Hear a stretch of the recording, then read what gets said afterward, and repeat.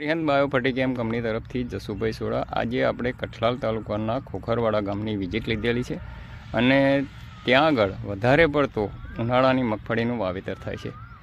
હવે આ ઉનાળુ મગફળીના વાવેતરની અંદર આપણે એક પ્રગતિશીલ ફાર્મર છે અયાદભાઈ મુસ્તફ મિયા ખોખર કે જેમનો અભિપ્રાય લઈએ. અત્યારે એવરેજ 90થી 100 દિવસની મગફળી થઈ ગયેલી છે, તો એમના સ્વમુખે આપણે સાંભળીએ. અને અત્યારે એનું જે રિસર્ચ છે, કહેવાનો મતલબ કે આ મગફળી આપણે જે ઉપાડીને જોઈ ટ્રીટેડ અને નોન ટ્રીટેડ, તો આ જે એવા ઊભા છે એ પ્લોટની અંદર આપણે અરિહંત બાયોફર્ટિકેમ કંપનીની સોઇલ પંચામૃત કીટ એ વપરાયેલી છે. અને અહીંથી બાજુમાં જ એ મગફળીનો પ્લોટ છે, તો એમાંથી પણ એક પ્લાન્ટ લીધેલો છે, સિંગલ પ્લાન્ટ. અને આપણે જે સોઇલ પંચામૃત કીટ વાપરી છે એમાંથી પણ એક આપણે જે આ મગફળીની બેઠક છે એનો તમે જે બેઠક છે એનો આ તમે લાઈવ જોઈ શકો છો. આ જે છે એ નોન ટ્રીટેડ છે કે જે બાજુમાં છે અને એ સિંગલ પ્લાન્ટ જ છે.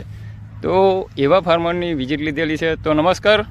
નમસ્કાર. આપણું નામ બોલો ને. મારું નામ અયાજ અહેમદ મુસ્તફા મિયા ખોખર છે. કયું ગામ? ખોખરવાડા. અને મોબાઈલ નંબર? મોબાઈલ નંબર છે 8320202378. ઓકે. હવે તમને આજે શરૂઆતથી જ આપણે મગફળી જ્યારે તમે વાવો છો ત્યારથી જ છેલ્લા 2 વર્ષથી તમને આ સોઇલ પંચામૃત કીટનો ઉપયોગ કરાયો હતો. હા.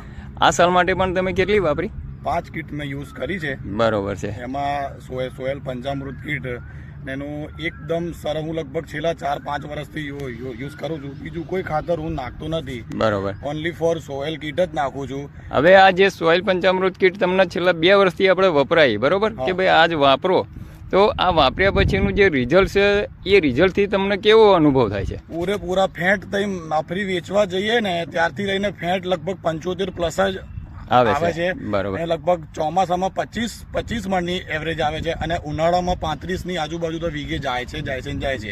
નાખ્યા પછી જ આ રિઝલ્ટ સારું મળે છે. અને નાખવું મેં 1 વીઘામાં નથી નાખી, એનું બી રિઝલ્ટ મેં જોયેલું છે ને 5 વીઘામાં નાખી છે એમાં બી મેં જોયેલું છે. અમારા અન્ય બીજા ખેડૂત મિત્રોને તમે શું ભલામણ કરશો? હું તો કહું છું છેલ્લા 4-5 વર્ષથી મારા ભાઈઓને કહું છું, મિત્રોને કહું છું, આજુબાજુ વાળા સર્કલને કહું છું કે સોઇલ પંચામૃત કીટ વાપરો. બરોબર. એનાથી ઘણો બધો ફાયદો છે ખેડૂતને. અને એ વાપર્યા પછી બીજી કોઈ નાખવાની જરૂરત નથી, ખોટો ખર્ચો કરવાની જરૂર નથી. બરોબર. પાયા રૂપે નાખી દો એકવાર એટલે ખેડૂતને બી સંતોષ થાય અને આપનારના બી સંતોષ થાય. ઓકે. આવો સરસ અનુભવ અયાજભાઈએ આપ્યો. Thank you.